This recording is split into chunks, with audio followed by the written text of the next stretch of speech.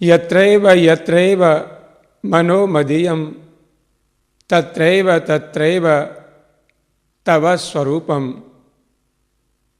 यत्रैव यत्रैव शिरो मदीयं तत्रैव तत्रैव पदद्वन्ते तत्रैव तत्रैव पदद्वन्ते। एक शिष्य गुरु महाराज जी के चरणों में ये प्रार्थना करता है कि हे गुरुवर, मेरे मन की सीमा जहां तक हो, जहां तक मेरा मन पहुंचता हो, वहां सिर्फ आपके स्वरूप का दीदार हो, और जहां जहां भी मेरा सिर झुके वहां सिर्फ आपके चरण हो, आपके चरण हो। आज हम सभी यहां एकत्रित हुए हैं विचार गोष्ठी के लिए। समय समय पर महापुरुषों की वाणी पर हम विचार करते हैं। आज के इस घोर कलिकाल में जहां चारों ओर व्यभिचार, अत्याचार का तांडव नृत्य हो रहा है, ऐसे समय में हमें आज विचार करना होगा। सतयुग का समय आप अगर देखें तो इतना भीषण नहीं था। द्वापर के अंदर अगर हम चलते हैं तो उस समय भी इतनी दुष्ट आत्माएं नहीं थी, इतने दुराचारी नहीं थे।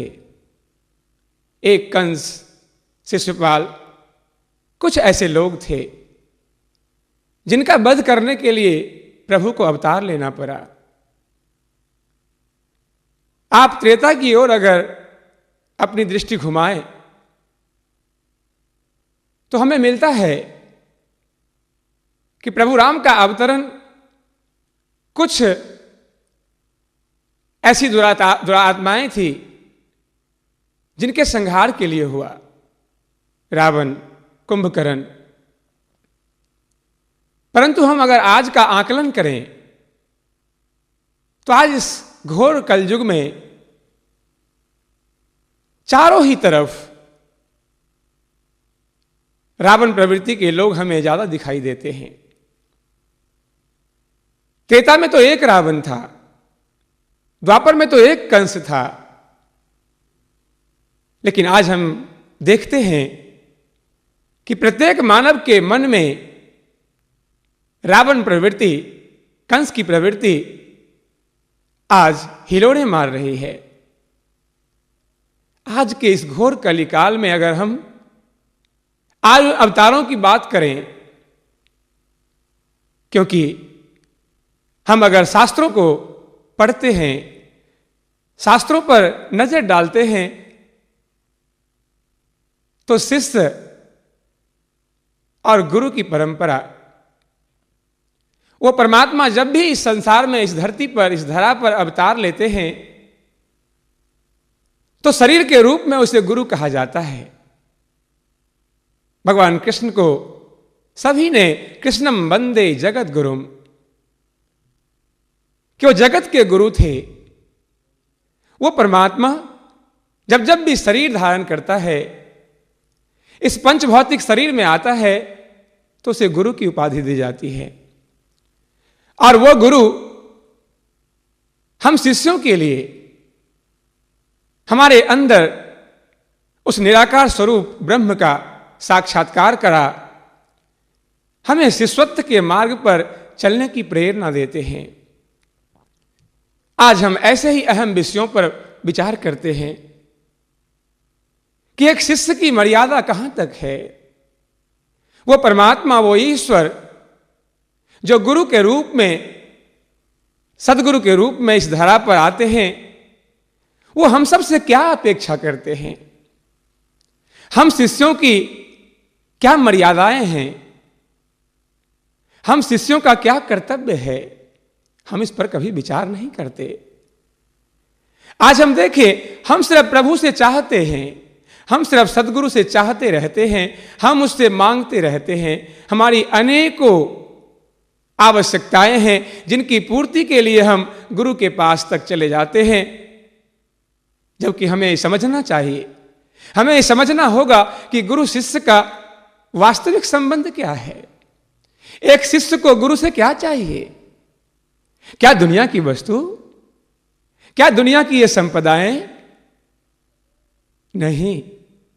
आज हम जब भी गुरु महाराज जी के पास जाते हैं तो हम कहते हैं कि महाराज जी मुझे पद दे दो, मुझे धन दे दो, मुझे पुत्र पौत्रादि दे दो, संसार की ये वस्तु मेरे पास नहीं है, आप मुझे ये दे दें, ये प्रदान कर दें। हालांकि सदगुरु वो परमात्मा, बहुत सुंदर कहा गया है कि जो मांगे ठाकुर अपने से सोई सोई देवे। आप जो उससे मांगेंगे वो जरूर दे देगा। वो दयालु है, वो कृपालु है, वो देना जानता है, वो लेना नहीं जानता। हम संसार की वस्तु मांगेंगे, आप वही प्राप्त कर लेंगे। भगवान कृष्ण कहते हैं श्रीमद् भगवद गीता में कि अर्जुन, आप जो भी मांगेंगे आपको वही मिलेगा। परंतु हमें विचार करना है, एक शिष्य को यह समझना है कि हमें अपने गुरु से, परमात्मा से क्या चाहिए। अगर आप सांसारिक पद मांगते हैं ये भी आपको मिल जाएगा, धन मांगते हैं ये भी मिल जाएगा, परंतु क्या ये स्थायी है? क्या हमें ये सोचना है कि क्या संसार की कोई भी वस्तु हम सदा अपने साथ रख पाएंगे? नहीं। हम शिष्य हैं, हम सेवक हैं, हमें स्वामी से क्या मांगना है, ये विचार करने वाली बात है। हनुमान जी, जिनके बारे में आप अनेकों बार पढ़ा है और सुना भी है, बहुत सुंदर प्रसंग आता है कि प्रभु राम रावण वध के दौरान जो जो भी उनकी शरणागत होते गए उनको कुछ न कुछ जरूर दिया।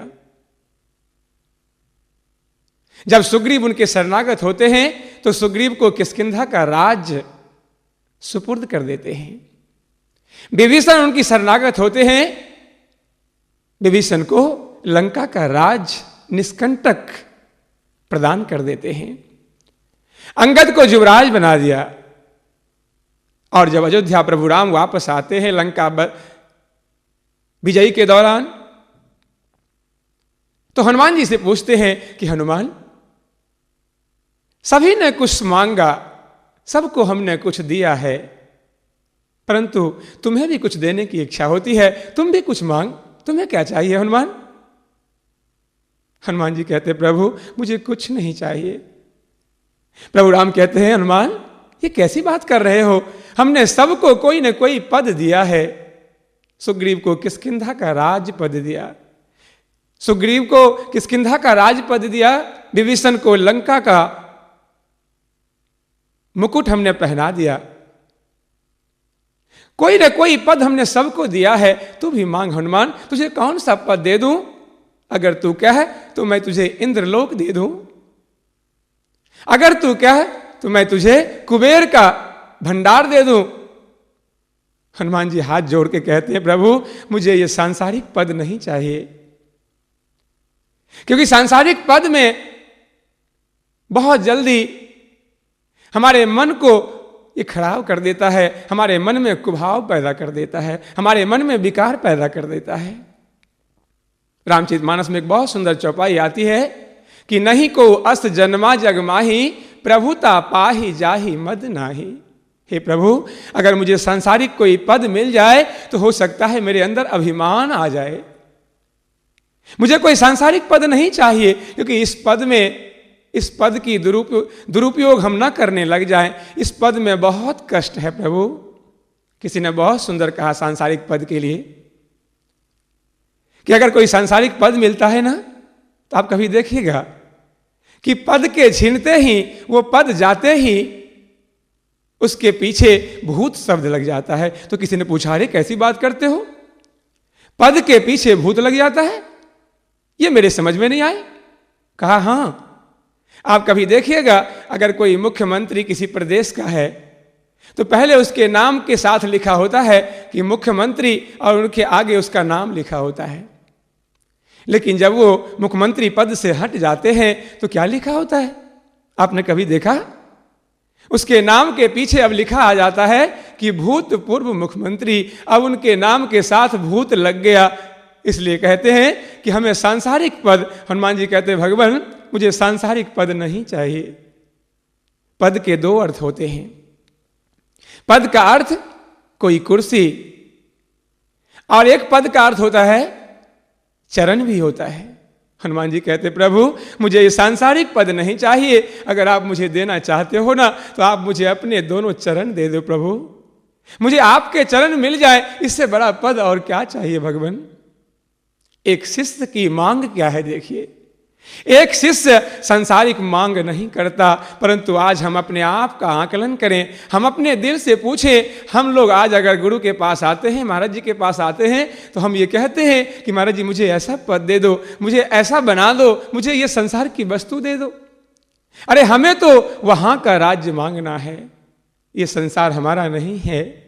हमें एक दिन चले जाना है। हम आप लोगों से पूछना चाहते हैं कि हमें एक दिन ये संसार छोड़ के जाना है। आए हैं सो जाएंगे, सबको चले जाना है। लेकिन हम सभी इतने लोग यहां बैठे हैं, क्या हम में से किसी को यह मालूम है कि हमें कहां जाना है? हमारा कौन सा देश है? वहां का एड्रेस क्या है? क्या आप बिना एड्रेस वहां चले जाओगे? एक छोटी जगह पर आप कहीं जाते हो तो बिना एड्रेस लिए नहीं जाते, और हमें तो उस साम्राज्य में जाना है।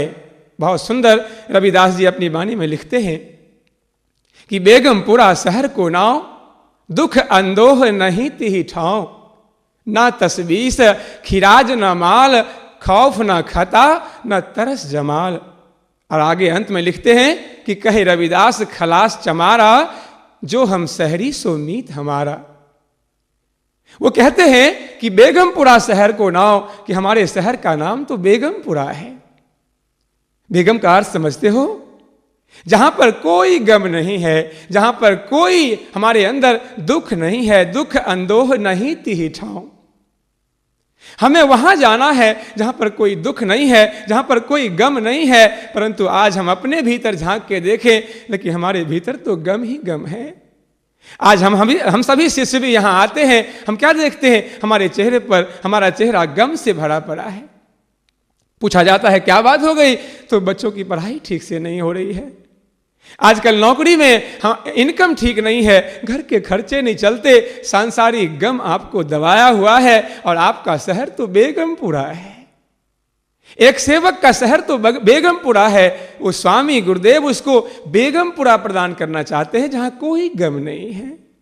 आज हमारे चेहरे पर प्रसन्नता कहां है? आज हमारी मुस्कुराहट देखना। एक वेस्ट के संत ने बहुत सुंदर कहा कि the secret of success and happiness is smiling with the heart and eyes, not merrily with lips. आज हमारी हंसी कैसी है, हमारी मुस्कुराहट कैसी है, कभी आपने विचार किया है? जब भी किसी फंक्शन में हम जाते हैं तो हम जबरदस्ती मुस्कुराते हैं, हाथ मिलाया और मुस्कुराना पड़ता है, क्योंकि अंदर में तो गुबार भरे पड़े हैं। विकारों का इतना समावेश है अंदर में कि विकारों से हमारा भीतर अंतःकरण जला हुआ है। हम कहां से मुस्कुरा पाएंगे? जबकि वो कहते हैं कि हमारे अंदर हंसी कैसी होनी चाहिए? दिल से और आंखों से, अंदर से हम हंसें। आज गुरु महाराज जी आपको अंदर से हंसाना चाहते हैं। दिल्ली की बात है, पार्क में हम जाया करते थे योगा के लिए। वहां हमने देखा कि योगा में जो योगा के शिक्षक हैं वो सभी को एक हंसी जोर से हंसाते हैं, जोर से। जबकि मुझे लगता था कि ये काल्पनिक हंसी है, ये सही हंसी नहीं है। महाराज जी हमें अंदर से, हमारे भीतर वो हंसी पैदा करना चाहते हैं, हमारे अंदर वो मुस्कुराहट पैदा करना चाहते हैं। परंतु कैसे होगा? हमारे अंदर ये हंसी क्यों नहीं आती? क्योंकि हमारे अंदर आज हमें विचार करना होगा, आज हमें शिष्य की मर्यादाओं को निर्धारित करना होगा। क्योंकि आज हम देखें, आज हमारा एक मुखौटा नहीं है, आज हमारे कितने चेहरे हैं। गुरु महाराज जी चाहते हैं कि ये एक हो जाए, अंदर से हम आज अनेक हैं। आज हमारे कई चेहरे हैं। जब हम सत्संग में आते हैं तो हमारा चेहरा बदल जाता है। हम ऑफिस जाते हैं, हमारा चेहरा बदल जाता है। हम परिवार में होते हैं, हमारा चेहरा बदला होता है। क्या हम एक हैं? सत्संग में आते हैं, अपने आप को बहुत शालीन बनाते हैं, अपनी जुबान से बड़ी प्रिय वाणी बोलना चाहते हैं। हालांकि परमात्मा ने, आप कभी देखना, हमारे शरीर में जितने भी अंग दिए उन सब में कोई न कोई हड्डी लगाई, लेकिन परमात्मा ने हमारे भीतर एक अंग दिया है जिसका नाम जिह्वा है। परमात्मा ने जिह्वा में कोई हड्डी नहीं लगाई। आपने कभी सोचा क्यों? इसीलिए कि जिह्वा से आप कोमल वाणी का प्रयोग करना। हड्डी आपको हार्ड, आपको मजबूत होना सिखाता है, जिह्वा आपके कोमल होने चाहिए। आप वाणी बड़ी प्रिय, लेकिन आप, हम सभी जब तक सत्संग भवन में आते हैं, सत्संग में आते हैं, हमारी वाणी प्रिय होती है और बाहर निकलते ही हमारी वाणी में इतनी कठोरता, हम किसी से प्रेम से बोल नहीं सकते क्योंकि हमारे मन में ईर्ष्या, द्वेष, जलन भरा पड़ा है। हमें अपने चेहरे को, कई चेहरों को एक बनाना होगा। गुरु महाराज जी प्रसन्न हो जाएंगे, हमारे स्वामी प्रसन्न हो जाएंगे। हमारे सेवक के धर्म की मर्यादा सिखाती है कि हमें अंदर से एक होना है। किसी ने बहुत सुंदर कहा कि सतगुर से सांचे रहो, संतों से सद्भाव, दुनिया में ऐसे रहो जैसे दुनिया दाव। सतगुर से बिल्कुल सांचे रहो।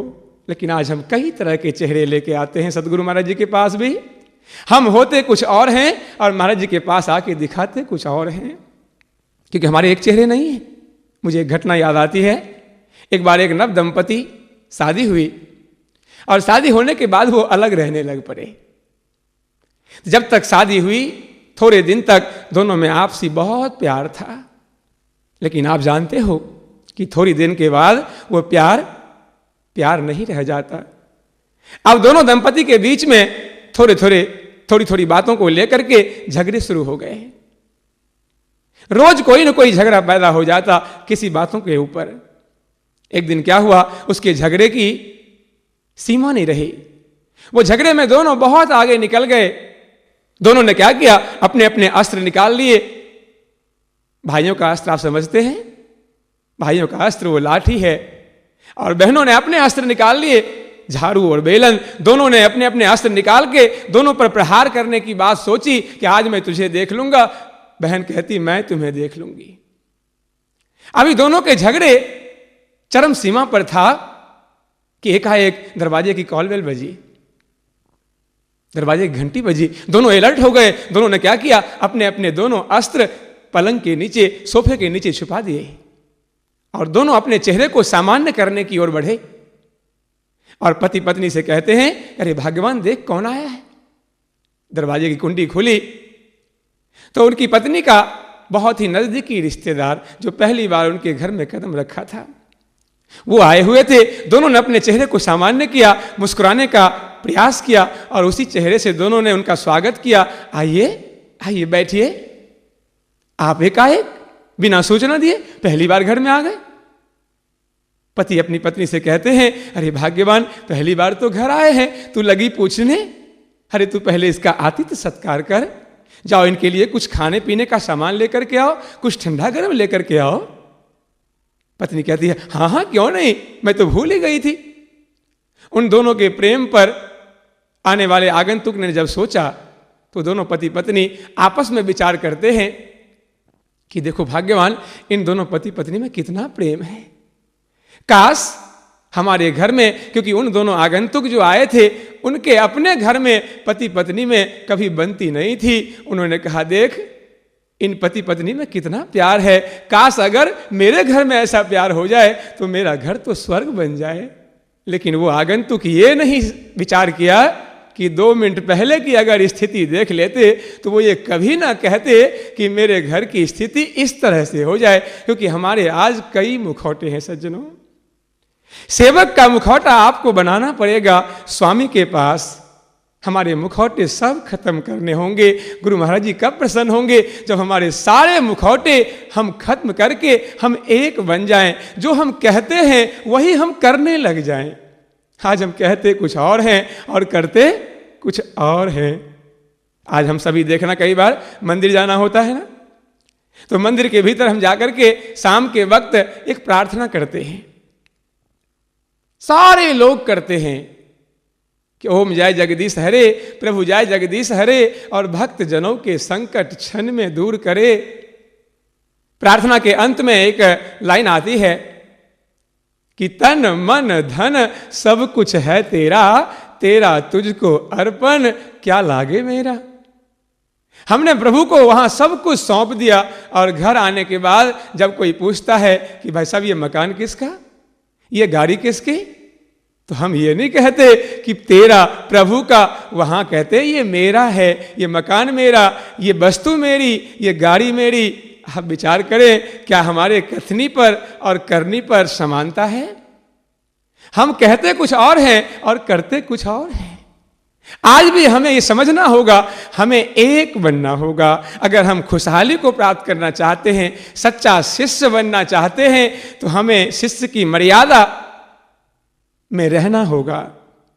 हमारे अंदर के सारे मुखौटे को खत्म करके एक बनना होगा। हमारे अंतर के सारे काम, क्रोध, लोभ, मोह, अहंकार की अग्नि को ज्ञान की अग्नि में जलाना होगा। परंतु ये क्यों नहीं जलता? हमारे भीतर के विकार क्यों नहीं खत्म होते? क्योंकि आज हम दूसरे में देखते हैं, अपने में नहीं देखते हैं। शिष्य जब दीक्षित होता है गुरु से, तो उसे जब दीक्षा प्राप्त होती है, वो ब्रह्म ज्ञान मिलता है, अंतर में प्रभु का दीदार, निराकार स्वरूप का दीदार होता है। वो दीक्षा उसे अपने आप को देखने का एक आईना है। परंतु हम तो वो आईना आज दूसरे को दिखा रहे हैं। हमारे भीतर तो बदलाव हुए नहीं। हमारे भीतर गुरु महाराज जी चाहते हैं कि इस ज्ञान से हम अपने आप को बदलें। हम अपने आप को बदलेंगे, हम शांत होंगे, पूरा विश्व शांत हो जाएगा। हम विश्व शांति की बात करते हैं, हमारे भीतर शांति नहीं है, हम अशांत हैं, कैसे हो पाएगा? हमें विचार करना है, शिष्य की मर्यादाओं को का पालन करना है। आपको ज्ञान मिला, आप गुरु महाराज जी ने कहा कि साधना किया करो। हम साधना में बैठते हैं, हम कई बार कई भक्तों से मिलते हैं, कई बार हम लोगों से मिलने कई लोग आते हैं। हम पूछते हैं कि साधना कितनी देर करते हैं? कर लेते हैं भाई साहब, 10 मिनट कर लेते हैं। कोई कहता है आधा घंटा हो जाता है, कोई कहता है 1 घंटा हो जाता है। औपचारिकताएं हो रही है, साधना नहीं हो रही है। साधना के भीतर आपको उतरना होगा। आपके अंदर के कर्म संस्कार साधना से जलेंगे। जब आप ध्यान में बैठेंगे, साधना में बैठेंगे। आज तो हम बहाने करते हैं, हमारे पास वक्त नहीं है, हमारे पास ऐसा नहीं है। हम सिर्फ आज बहानों में समय गुजार देते हैं, साधना तो करते ही नहीं। आपको बहाने से निकलना होगा। मुझे एक घटना याद आई एक बार। हमारे बहाने आज कैसे हैं? एक बार एक स्कूल में एक विद्यार्थी था, उसका काम ही बहाने करना था। जब भी उस स्कूल में कोई उसे होमवर्क मिलता, घर का काम मिलता करने के लिए, तो वो कोई ना कोई बहाना सोचता और जाकर के सुबह स्कूल में अध्यापक को वो बहाने सुना देता। अध्यापक ने सोचा कि ये कोई काम तो करके लाता नहीं। कोई इसको मैथमेटिक्स देते हैं, कोई और सवाल देते हैं बनाने के लिए, ये नहीं बनाता। तो चलो आज इसको क्या करते हैं, आज इसको चित्रकला देते हैं। अध्यापक ने कहा कि देखो भाई, कल तुम्हें कुछ चित्र बना के लाने हैं। कहा ठीक है सर। अध्यापक ने 4 चित्र बनाने को दिए कि भाई 4 चित्र बनाना, चूहे का, बिल्ली का, गाय का और कुत्ते का। कहा ठीक है सर, कल बना के लाऊंगा।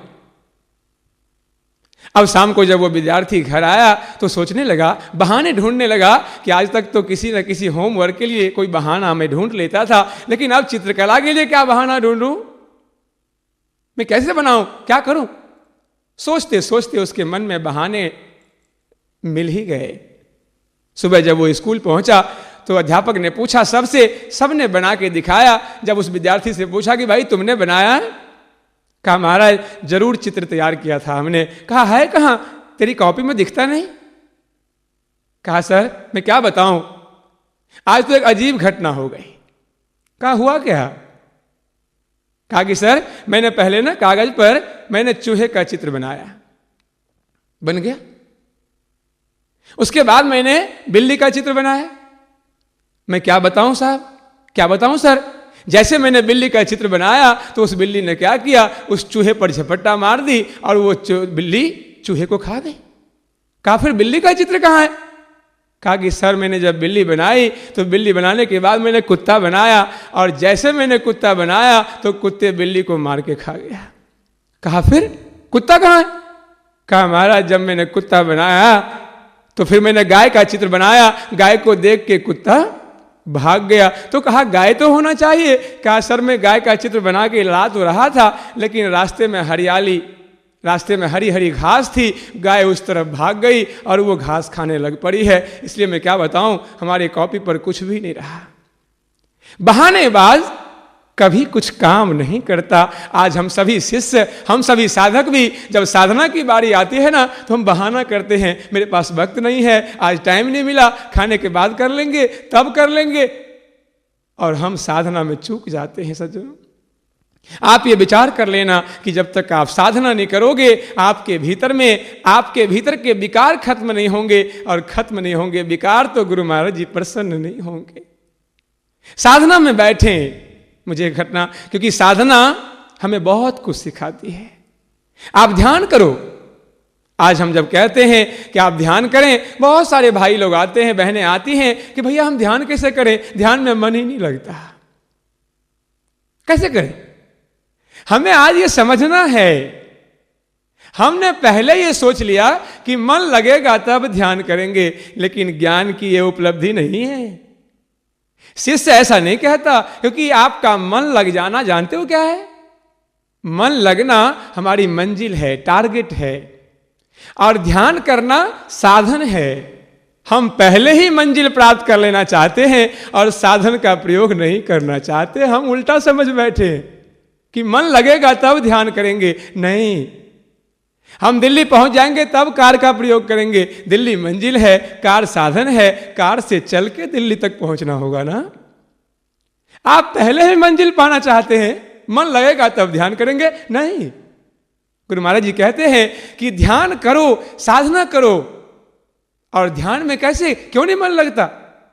हमारे शास्त्रों में लिखा है ध्यान कैसे करना है। शास्त्रों में आता है कि गुरु की मूरत मन में ध्यान, गुरु के शब्द मंत्र ले मान, गुरु के चरण हृदय ले धारो, गुरु पार ब्रह्म सदा नमस्कारो। कि जब भी आप ध्यान के अंदर बैठे तो गुरु की मूर्ति का ध्यान करें। ध्यान मूलम गुरुर मूर्ति, पूजा मूलम गुरु पदम, मंत्र मूलम गुरुर वाक्यम, मोक्ष मूलम गुरुर कृपा। ध्यान में हम बैठे तो गुरु की मूर्ति का ध्यान करें। हम अपने गुरु के मूर्ति का ध्यान, आशुतोष महाराज जी के अनेकों स्वरूप हैं, आप उनका ध्यान करें।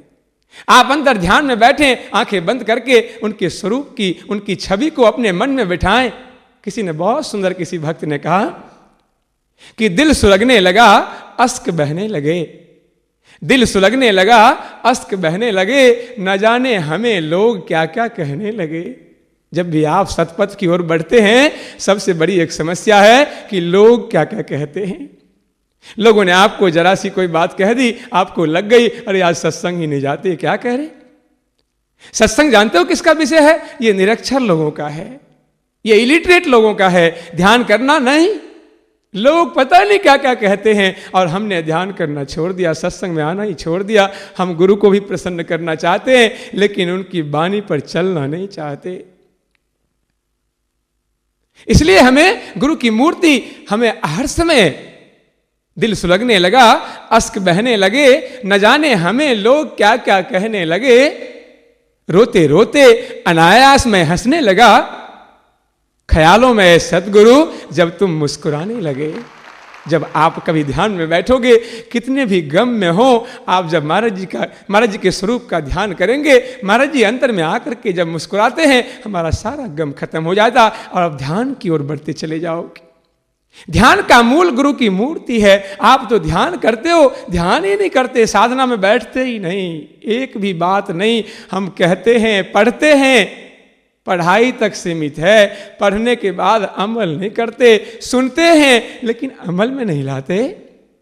साधना के ऊपर गुरु महाराज जी प्रसन्न होते हैं। साधना, सेवा, ये सब हमें करनी पड़ेगी। सेवा में अपने मन को लगाना होगा। हम सेवा भी करते हैं कहाँ? जब आती है ना आर्थिक सेवा की बात, हम कहते हैं हमारे घर के खर्चे पूरे नहीं होते, हम कैसे सेवा करें। कबीर साहब कहते हैं कि अरे भीख में से भीख दो, तीनों लोक जीत लो। एक सेवक अपने हर चीज का, अपने तन का, मन का, धन का, सब गुरु को अर्पण हम शब्दों में कर देते हैं। शब्दों में हमें वास्तविकता में ऐसा करना होगा। अपने तन का, क्योंकि हम अगर ईमानदारी से कमाया हुआ हमारा कोई भी धन है, हमें गुरु के चरणों में ईश्वर कार्य में लगाना होगा, 10वां लगाना होगा, शरीर का 10वां खर्च करना होगा। सेवा तब होगी, सेवा के प्रति हमारे अंदर उत्सुकता पैदा हो, हम कुछ करें। परंतु हमारा उद्देश्य तो दूसरा ही है सज्जनों। हम आज सेवक की मर्यादा से बहुत आगे निकल गए हैं। हम गुरु को गुरु की मर्यादा का भान कराते रहते हैं कि महाराज जी ने मेरे लिए क्या किया, महाराज जी ने मेरे साथ क्या कर दिया, हमने तो इतना कुछ किया, उन्होंने क्या किया। एक सेवक कभी कुछ चाहता नहीं है। एक सेवक तो स्वामी की सेवा में निरंतर अपने आप को लगा देना चाहता है। भरत एक सेवक था राम का। कहते हैं जब राम को 14 वर्ष का वनवास हो गया और राम वन गमन को चले गए, भरत जी वापस आते हैं तो सारी माताओं को गुरुवर को लेकर के और दंडकारण्य वन जाते हैं प्रभु राम को वापस लाने के लिए, क्योंकि राम भक्त सच्चा भरत था। जब भरत वन में पहुंचे तो भरत ने बहुत तरह की बातें की, प्रभु आप चल करके राज्य संभाले, मेरे बस की बात नहीं, हमसे बहुत बड़ी भूल हुई, हम तो बहुत अधम हैं प्रभु। एक सेवक की चाह समझना, दुनिया की मांग नहीं करता, संसार की वस्तु नहीं मांगता और गुरु को उनकी मर्यादा नहीं दिखाता, वो अपनी मर्यादा को देखता रहता है। आज हम ध्यान कम करते हैं, इसलिए हमें अपनी मर्यादा का बोध नहीं होता। सेवक की मर्यादा बहुत कठिन है। रामायण रामचरितमानस में आता है कि सबसे कठिन धर्म सेवक का है। भरत ने उसको निभाया और भरत कहता प्रभु अगर आप नहीं जाओगे तो मैं यहीं अन्न जल त्याग कर और मैं अपने प्राणों का अंत कर दूंगा। प्रभु ने बहुत समझाया, भरत मर्यादाओं का पालन करना है, पिता की आज्ञा है, हमें वन में रहना है, तुम राज्य करो। कहा नहीं प्रभु, किसी की बात भरत नहीं मानते। अंत में जनक को पंचायत का मुखिया बनाया गया कि राजा जनक जो कहेंगे उस सबको मान्य होगा। जनक कहते हैं इन मर्यादाओं और प्रेम की लड़ाई में मैं अपना फैसला कैसे दूं। एक तरफ प्रेम की प्रतिमूर्ति है और एक मर्यादाओं की सीमा है राम। अब वो बड़ी संकट में है। भगवान आशुतोष का ध्यान करते हैं और वो कहते हैं कि मैं क्या कहूं, राम अपनी मर्यादा पर अटल है और भरत का प्रेम देख करके सबका मन बह गया है। ये सच्चा स्वामी भक्त है। परंतु भरत तुम्हारी जीत हुई, लेकिन मैं तुमसे एक बात कहता हूं कि एक प्रेमी अपने प्रेमी से कुछ चाहता नहीं है। अगर तूने सेवक का धर्म निभाना है, तूने स्वामी से सच्चा प्रेम किया है, तो जाओ और प्रभु से ये कहो कि प्रभु आप मुझे बताएं कि हमें क्या करना है। तुम अपनी आज्ञा मत थोपो, तुम अपनी बात मत करो, तुम अपनी इच्छा मत रखो। आज हम सेवक कैसे हैं, हम गुरु महाराज जी पे अपनी इच्छा रखते हैं। आज हम महाराज जी से आज्ञा लेते नहीं हैं, हम महाराज जी से आज्ञा जबरदस्ती छीन लेते हैं। महाराज जी आज्ञा देते हैं, वो बहुत खुशहाल भरा होता है। आज हम अपने तरह से अपनी आज्ञा चाहते हैं जिसमें हमारी खुशहाली है। संत कबीर जी कहते हैं कि प्रभु तेरी चाही में है मेरा कल्याण। अरे मेरी चाही क्या, मैं मूर्ख नादान। हे प्रभु आप मेरी चाह पर ध्यान मत देना, क्योंकि मैं तो पता नहीं क्या चाहूंगा, लेकिन मेरी चाह पर आप अपने चाह की मुहर लगा देना। जनक जी कहते हैं सेवक भक्त भरत जी आप प्रभु से जाके कहिए। भरत जी प्रभु के सामने हाथ जोड़ा, प्रभु आप आज्ञा करें, हमें करना क्या है। प्रभु आज्ञा देते हैं कि भरत मैंने तेरा दिया हुआ राज्य कबूल किया, लेकिन 14 वर्ष मुझे वन में रहने दो। पिता की आज्ञा भी पालन हो जाएगा और हम सबका धर्म भी रह जाएगा। भरत जी हाथ जोड़ करके रोने लगे, दोनों आंखों से अश्रुधाराएं बहने लगी। भरत कहता है भगवान स्वामी, अरे मैं आपके से एक ही चीज मांगा था, क्या आपने प्रेम का कोई मोल नहीं लगाया? भगवान राम कहते हैं, सेवक भरत, अरे प्रेम किया है ना तो बिन मोल बिक जाओ। प्रेम करने वाला कभी मोल नहीं चाहता। भरत ने एक बार भी नहीं कहा प्रभु वापस चलो, सेवक का धर्म निभाया और वापस चल पड़े। आज हम सेवक के धर्म पर कितना खरा उतरते हैं, सोचना होगा। एक सेवक का धर्म बड़ा कठोर है। हमें हर समय गुरु महाराज जी की आज्ञा का पालन करना है।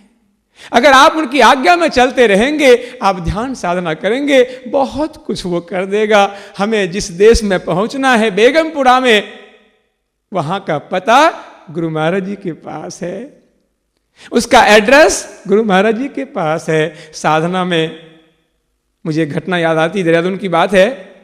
हमारे एक भाई ने हमसे आके एक दिन कहा भैया जी क्या बताऊं, वो सेवा बहुत करते थे लेकिन साधना कम थी। कई बार मैं उससे कहा करता कि भाई साहब साधना भी क्या करो, साधना का एक अपना महत्व है, आप साधना जरूर करो। वो साधना क्या करनी, हमें सेवा भी अपनी जगह, साधना भी अपनी जगह। गुरु की महानता आप देखना। वो व्यक्ति एक दिन सोए हुए थे, सोने के बाद उसे एक स्वप्न हुआ। स्वप्न के बाद वो जागृत अवस्था में पहुंच गया, जागते हुए सब कुछ फील कर रहा है। वो क्या देख रहा है कि यमदूत आए और यमदूत आकर के उसके प्राण को निकाल करके लिए चला जा रहा है। जब उसका प्राण निकला तो वो जग जाता है और उसे इतनी पीड़ा होती है वो दर्द से, और उसे इतना डर होता है कि मैं क्या करूं। यमदूत उसे लिए जा रहा है और लिए जा रहा है ऊपर की ओर। एकाएक उसके मन में आया, अरे मैं तो गुरुमुख हूं, मैंने आशुतोष महाराज जी से दीक्षा प्राप्त की है। एकाएक मन में आया, इतना आते ही गुरु महाराज जी प्रकट हो गए और उसने क्या कहा, अरे मैंने तो ज्ञान लिया हुआ है। गुरु महाराज जी की आवाज आती है, अरे तूने ज्ञान तो प्राप्त किया लेकिन कभी साधना की? एकाएक उसके मन में सारी बात उठने लगी, मैंने कभी साधना तो की नहीं। हम ये समझते हैं कि गुरु मेरा कुछ नहीं जानता। आज हम गुरु महाराज जी के पास आते हैं, कई बातों का झूठ बोल लेते हैं, अरे वो सब कुछ जानता है।